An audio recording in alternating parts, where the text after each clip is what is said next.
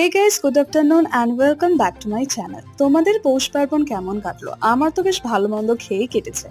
আগের দিনকে বানানো পিঠে দিয়ে সকালবেলা ব্রেকফাস্ট সারলাম, তারপর দুপুরের জন্য বানিয়েছিলাম egg fried rice and chicken কষা। সাথে ছিল পাবদা মাছ আর তেলাপিয়া মাছ। আমি যদিও তেলাপিয়া মাছ খাই না, আমি পাবদা মাছ খেয়েছিলাম। আর শীতকালে একটা জিনিস আমার খুব ভালো লাগে, ফুল এনে না অনেক দিন রাখা যায়। আর আমাদের বাড়িতে যতগুলো ফুলদানি রয়েছে আমার বাবা সবগুলোতে ফেক ফুল লাগিয়েছে, সেই কারণে অগত্যা একটা জোগাড়ু ব্যবস্থা করে ফুলগুলো রাখা হয়েছে।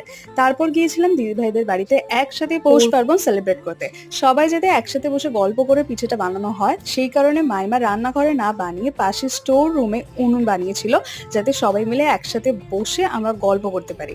আর প্রায় মাঝরাত পর্যন্ত পিঠে বানানো হয়েছিল। আর এরা ব্লগে আসতে চাইছিল না, কারণ ওদের মনে হচ্ছিল যে না, সেজেগুজে থাকলে ওদের ইমপ্রেশন নষ্ট হয়ে যাবে। রাত্রিবেলা ফুলকপির পরোটা আর আলু তরকারি দিয়ে ডিনার করেছি, আর সকালবেলা এতগুলো পিঠে খেয়েছি। ভিডিওটা ভালো লাগলে অবশ্যই একটা লাইক করো। টাটা।